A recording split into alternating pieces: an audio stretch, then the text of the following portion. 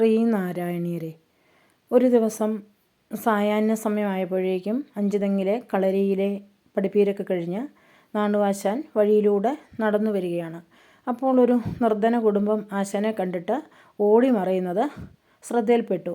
എന്തിനാണ് നിങ്ങൾ നമ്മെ കണ്ടിട്ട് ഓടി മറയുന്നത് എന്ന് ചോദിച്ചു. ആശാൻ്റെ ചോദ്യം കേട്ടിട്ട് അവർക്ക് മുൻപിലോട്ട് വരാൻ പോലും ധൈര്യം ഉണ്ടായില്ല.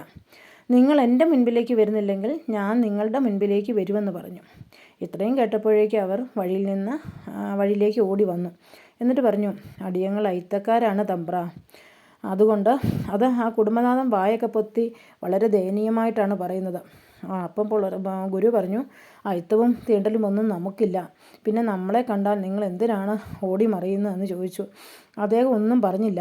അപ്പം വീണ്ടും ഗുരു പറയുകയാണ്, നമ്മളെല്ലാവരും മനുഷ്യരാണ്. ഒരു മനുഷ്യൻ മറ്റൊരു മനുഷ്യനെ കണ്ടിട്ട് ഓടി ഒളിക്കേണ്ടതായ യാതൊരു കാര്യവുമില്ല. എവിടെയാണ് നിങ്ങളുടെ വീടെന്ന് ചോദിച്ചു. അപ്പം വീടായിട്ടൊന്നുമില്ല. ആ പാടത്തിനപ്പുറേ ഒരു ഓല കൊണ്ട് മറിച്ചൊരു കുടിലുണ്ട്. അവിടെയാണ് ഞങ്ങളുടെ താമസം എന്ന് പറഞ്ഞു. 2 കുട്ടികളുണ്ട് കൂടെ. അവരെ കണ്ട് വളരെ വാത്സല്യത്തോടു കൂടി അദ്ദേഹം ചോദിച്ചു, കുട്ടികൾ പഠിക്കുന്നുണ്ടോ? അവൻ പറഞ്ഞു, കുടിപ്പള്ളിക്കൂടത്തിലൊന്നും കുട്ടികളെ കയറ്റില്ല. തീണ്ടൽ ജാതിയിൽപ്പെട്ട കുഞ്ഞുങ്ങളെ അവർ പഠിപ്പിക്കാൻ സമ്മതിക്കില്ല. വീണ്ടും എന്തൊക്കെയോ പറയാനുണ്ട്, അവർ പറയുന്നില്ല.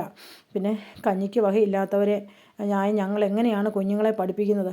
ആ മെലിഞ്ഞുണങ്ങിയ ദേഹത്തോടു കൂടിയ കുഞ്ഞുങ്ങളെ വളരെയധികം സ്നേഹത്തോടു കൂടി ആശാൻ ചേർത്ത് നിർത്തി. എന്നിട്ട് പറഞ്ഞു, കുട്ടികളെ പഠിപ്പിക്കണം. പഠിപ്പും ശുചിത്വവും ഒക്കെ ഉണ്ടെങ്കിലേ ഇവർക്ക് മറ്റുള്ളവരിൽ നിന്ന് മറഞ്ഞു നിൽക്കാതെ മുഖ്യധാരയിലേക്ക് വരുവാനായിട്ട് സാധിക്കുകയുള്ളൂ എന്ന്.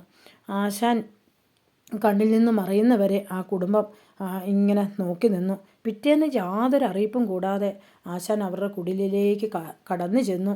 എന്നിട്ട് പറഞ്ഞു, ഇതുപോലെ കുടിപ്പള്ളിക്കൂടത്തിൽ വരാൻ ബുദ്ധിമുട്ടുള്ളവരും ഫീസ് ഇല്ലാത്തവരും ഒക്കെ ഉണ്ടെങ്കിൽ അവരെ എല്ലാം വിളിച്ചു ചേർക്ക്. ഇവർക്കെല്ലാവർക്കും കൂടി ഞാൻ ഇവിടെ ഇരുന്ന ഈ കുടിലിൻ്റെ മുറ്റത്ത് തന്നെ നമുക്ക് മറ്റൊരു കളരി കെട്ടി ഇവിടെ ഇരുന്ന് കുഞ്ഞുങ്ങൾക്ക് വേണ്ട കാര്യങ്ങൾ പറഞ്ഞു കൊടുക്കാമെന്ന്. അങ്ങനെ എല്ലാവരിലേക്കും നമ്മുടെ നാണു ആശാൻ ഇറങ്ങിച്ചെല്ലുന്നത് നിങ്ങൾ കാണുന്നുണ്ടോ?